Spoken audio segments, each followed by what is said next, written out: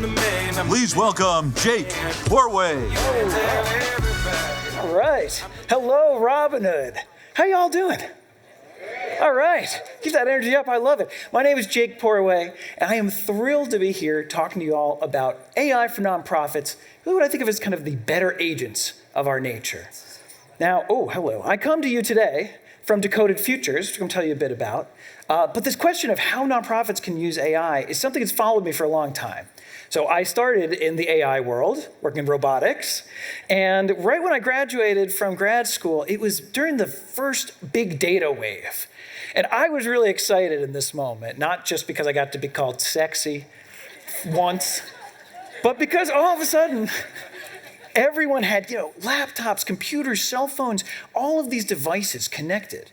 And to me, that said, oh my God, now we have all this data, all these, computers that we can use to learn more about our world than ever before. We can learn about how nonprofits work, how our communities run.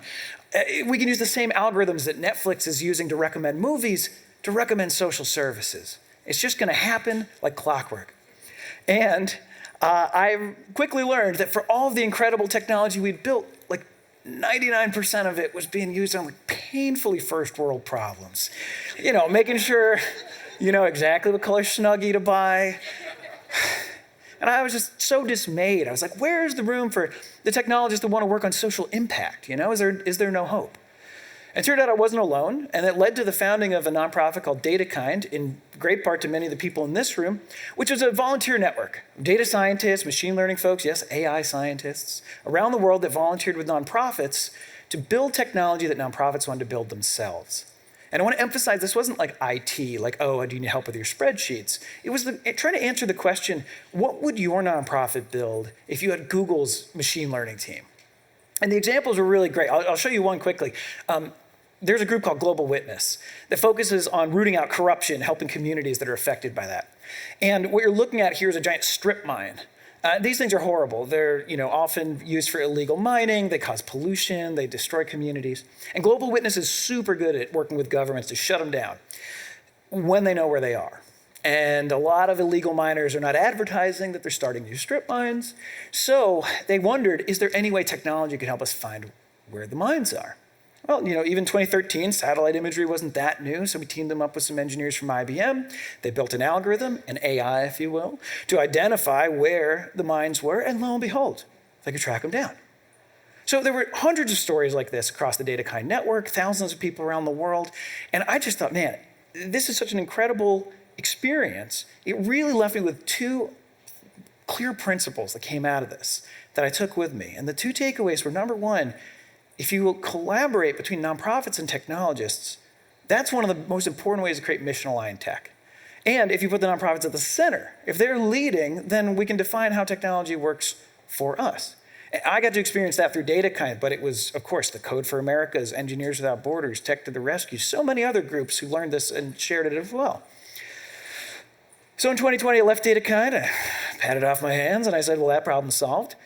And now we all know when a new technology comes around, we'll all build collaborations with nonprofits and technologists, and the nonprofits will lead. Just that easy. And then this little rascal came out a few years ago, and all of a sudden everyone's like, what do we do about AI? Oh my God. And I couldn't believe that, once again, there were headlines about how wonderful AI was going to be and bringing us great drugs, painfully first world problems it was going to solve. And on top of that, this time just a little bit of doomerism, like, oh, by the way, this one might kill us. And so, it's a pretty wild moment to be back seeing those headlines, and I couldn't help but think, we know this story. This is exactly what it was like in other tech waves. And if this is your first time through, hey, I would be paralyzed too. How are you supposed to square the fact that AI can make you a little more productive or kill all of humanity? I'm not sure where I would start with that either. But the great news is we learned about that power of collaboration, power of centering nonprofits. And through some very smart conversations with Amber Oliver of Robin Hood Foundation and Julie Samuels over at Tech NYC, we're going to be launching a program to rethink and reimagine that model. That program is Decoded Futures. It's a group that lives right here in New York at the Tech NYC Foundation. Tech NYC, if you're not familiar, is a large umbrella group for many of the tech companies here in New York. And its mission is to bridge the gap between nonprofits and the AI capacity they need to build and understand cutting edge technologies. And again, we're not talking tech support, and we're not talking trying to build stuff just for fun innovation's sake, but to really think about what do nonprofits want to see in this. We saw so many great examples from this stage. How can everyone have those kinds of examples? And I'll show you one that came through one of our programs. So Decoded Futures, one of its programs is a cohort model where nonprofits come for about 8 weeks, work on an AI problem they want to solve. In this group, the Reading Institute popped by, and by their own admission, they said, we really barely ever use ChatGPT. We're not AI, we're not tech forward. But they have a great mission. They get resources to people in the city for literacy. So, in New York, we've got 2 and 3 kids that are not proficient readers before we get out of high school. It's a serious problem. And so they help get resources like this, I've never heard of, a decodable book. Decodable books help kids with phonics problems, right? Maybe you just need simple words, fewer than 4 letters. You get Zach was a rat. These can really help kids get over those literacy hurdles. The problem with decodable books is they're so expensive. It costs $3,000 for a set. No low-income school is going to have them. Certainly no low-income family is going to spring for $3,000 decodable books, so you miss that opportunity. So and on top of this, I asked Katie Pace Miles, who was in that first image, I said, well, how many books does a kid need? 3, 5? What does it take to get through the curriculum? She's like, oh no, it's unlimited. As many as they can read. They need as many at-bats as they can get. And listen, kids get bored with the books they've got. They want to hear one about space. They want to hear one about a lion. And they're just that one decodable book. So I said, well, hey, we're looking at all these examples of ChatGPT writing wedding speeches and stuff. Could we write a decodable book with ChatGPT? So we teamed them up with an AI engineer, Marian Hogeveen, who's fantastic here in New York City. And she helped them design a custom GPT where they described to it, hey, we want a fictional book about a cheetah, should work for lesson set 3, focus on the CH sound. Sure enough, out pops a book with pictures and focuses on the CH sound, words, 98% words that the student had seen or whatever the requirements were, and all the conditions they want. And so if you're watching this and you're like, I could do that. Yeah, you probably could. And that is what is so crazy. This stuff is so accessible if someone is able to be guided through how to build it and what good looks like and has the time to actually develop it. By the way, they are now developing this with Lit Lab, who's also doing this. And I think they're looking for a fairly modest amount of funding to disrupt the entire decodable book market. So as easy as this is, it's or as straightforward as it seems, it's this could dramatically change access to educational resources. So P.S., any education funders in there, go talk to Reading Institute and Lit Lab. But I think this is a great example of exactly the kind of stuff that we're hoping to see. And so just to give a little stats on Decoded Futures, we launched barely last year. And since then, the team has raised $2 million for increased programming to connect nonprofits to the AI resources they need. We've run a number of these cohorts, treating over 80 nonprofits and 120 participants. And increasingly, we're looking at other AI capacity supports because you don't get locked into just one model. It's what do people need? We want to meet what the social sector needs. And in fact, some of you may be signed up for our AI 101 workshop today, right after this. Come on by and see us or poke your head in because we just want more chance for folks to touch and use this tech. So we can stop there. Just go okay, great. So there's Decoded Futures. Hey, we're getting technologists, nonprofits together. That's awesome. But I want to double click in just a little bit further because many folks probably still have the question of well, so what? What happens next? And there's 4 observations, I would say, that we've seen about nonprofit AI and what this really means for the sector. 2 that are hopefully practical and 2 that are a little bit of thinkers. The first one is, AI is moving fast. So these low-cost, high-touch experiences are needed not just more than ever, but on an ongoing basis. And I'll give you an example of what we're seeing. So this is a group called New York Sunworks. They came to our first cohort. And they had a big spreadsheet management problem. They're all these volunteers put info into spreadsheets, and a person has to look through all of those and make sure they match, and it's just, it's hugely repetitive. And just like Reading Institute, 8 weeks later, they built a custom AI that solves that problem for them. They're cruising. Great. Well, 3 months later, we go to launch the next cohort. I run across this tool. This is called numerous.ai. Oh, and the video's not playing for you, so I'm going to describe to you. It's basically ChatGPT in spreadsheets. And the thing flies through it just like you describe. I want the price like this, and just dumps it out. So just for fun, I tried New York Sunworks problem for 3 months earlier. It took 5 minutes. So do we teach that anymore? And then on top of it, we're starting this cohort. I actually thought, numerous, you have to pay for it. So I also asked an AI last month if it could just replicate that software, and it just did. So what do you teach? When it's moving that fast, how do you get people up? What is 101? And that's why I think having these kind of like workshop clinic models that keep evolving, that's the only way we're going to be able to get through that. So I'd say to funders, that's the kind of stuff to look at. For nonprofits, that's the kind of stuff to be engaged in. Number 2, problem well-defined is half solved. No matter how the tech keeps changing, the big question we always get is like, but what can AI do for me? And that is going to be a continually moving target, and one that I think we should all be working towards continuing to refine and say out loud. At Decoded Futures, we try to make a real simple guide for folks. I'm not going to go through all these on the stage, but we always find there's like kind of 5 AI problems that you could solve with like an LLM. There's a little QR code if you want to read the deeper article. But I think what's important here is we've really tried to make these simple examples of a pain point that you would feel in your own work. I can't tell you how many times I've seen an AI 101 workshop start with like, well, a neural network is a series of weights. I was like, who cares? I just want to know, like, I have to do something for my boss tomorrow. Like, can AI help me figure it out? Like, that's what I need. So, like, how do we keep this kind of resource fresh? How do we keep working on that? Hopefully, and you all find some useful tips from that article as well. So there's some like practicality about how we might be using AI. I want to talk about 2 like systems level things that are a little higher up that have been touched on this stage as well. Obviously, the job replacement question comes up. And I've been very like in this talk, like kind of, we should build, it's great. Like I am far from a tech positivist. I just want to claim, lay out there. But that said, I'm kind of bullish on AI for nonprofit jobs, because if you think about the kinds of jobs that AI is going to replace, it's all the jobs we have to beg for anyway, we never get, right? Like I ran DataKind because there weren't data scientists, but now you have one for $20 a month. So I keep thinking about what are the like, X without borders we don't need to go to as much anymore, for myself, I hear businesses all the time say, why can't nonprofits be more like a business? And there's so many things I don't like about that statement. Yes, I'm glad my friends are here as well. So condescending. But on top of it, it's like, well, because you don't have the capacity. Well, hey, you know what? Maybe we both have the same software teams now. So what does that mean? And an example of this we saw coming out of Decoded Futures was this guy, Josue from First Tech Fund. Well, I love Josue. He's the executive director of like 4 or 5 person nonprofit, which means that he's also their chief fundraiser. Oh my God, he's in the room. Josue, everybody. What's up, man? I didn't even know you're going to be here. Oh, amazing. Well, so you'll hear the better version of the story from him, but I was thrilled. It was just demonstrating his work here. What he'd focused on was how to get a custom GPT to do fundraising. First Tech Fund, because it's a huge amount of work. So many nods, yeah.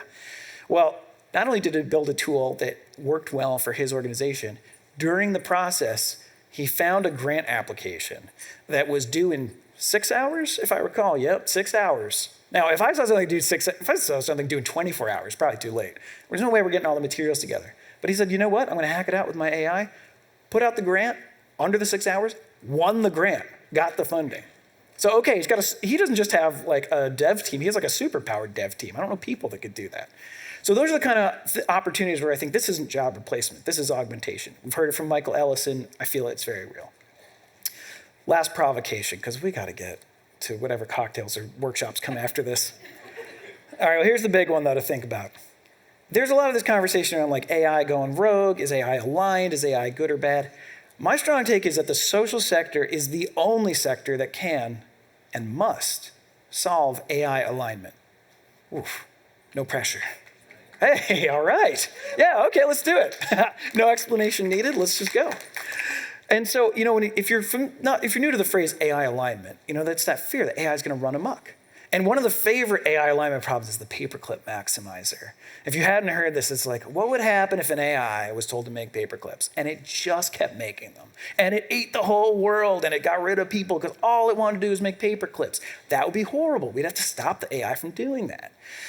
Implicit in that conversation is we wouldn't want something so slavishly devoted to one outcome that it ignored everything else beyond our control. And the fake spin here is that it's the AI. But I would argue that we already have the paperclip maximizer, and it's called the paperclip industry. No shade, but it mines the earth for metal, and you refine it with a lot of energy to make paper clips, and you package it up and creates waste and heat, and as it ships it around, and we buy paper clips. It's truly no shade to the paperclip industry. That's what it's there to do. But this idea that an AI would run rampant while this business wouldn't. It was really relying on the difference in what we've defined as good. Of course, as long as they operate within the laws, they can they would lose customers if they destroyed the earth, but they could just keep going. So actually the issue is not to me, that the AI can be aligned. It's what are we willing to give up for what we're willing to get? And that is not business's job. Business's job is to maximize profits with things that are going to help people's lives. That's what they should focus on. The social sector is the only place that defines what good is. And I'm going to give you one real example of this. There's a great book called Voices in the Code. And it's a story about people trying to write an AI to help with liver transplants. There's a big list. Liver transplants come in. A lot of times kind of ad hoc. Someone goes first come, first serve. I know this person, call them up. We're on the transplant list. And they go, we've got to automate this, make it more efficient. Well, the first question that the group has to tackle is, who gets the next liver?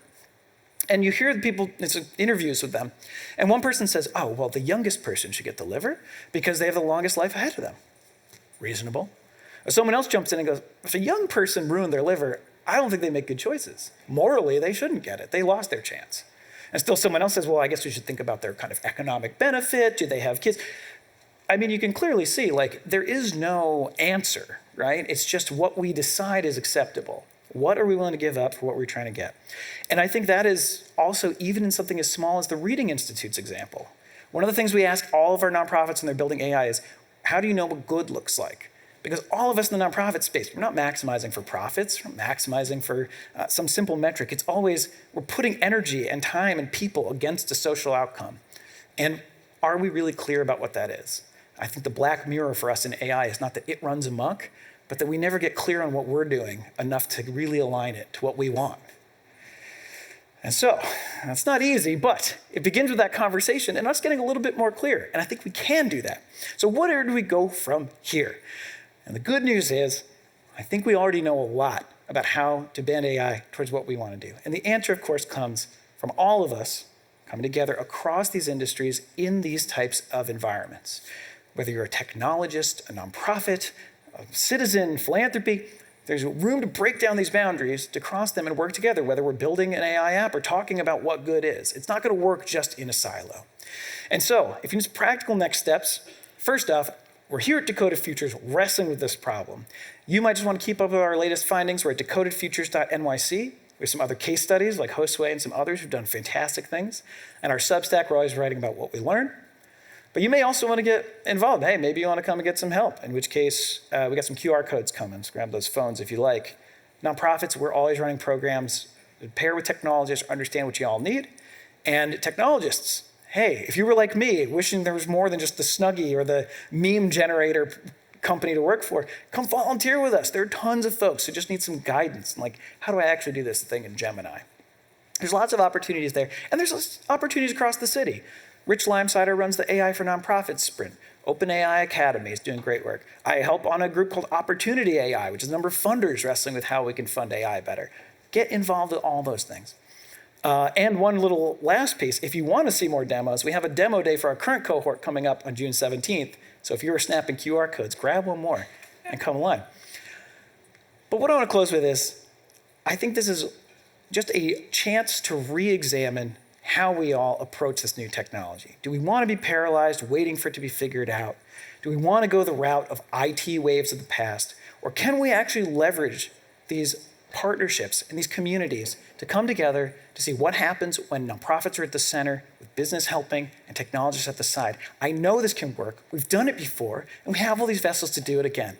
So let's get together, let's break that down, and then we can go from wondering oh my God, how is my life going to change with agents? And realize you know what? We actually are the agents of change. Thank you very much.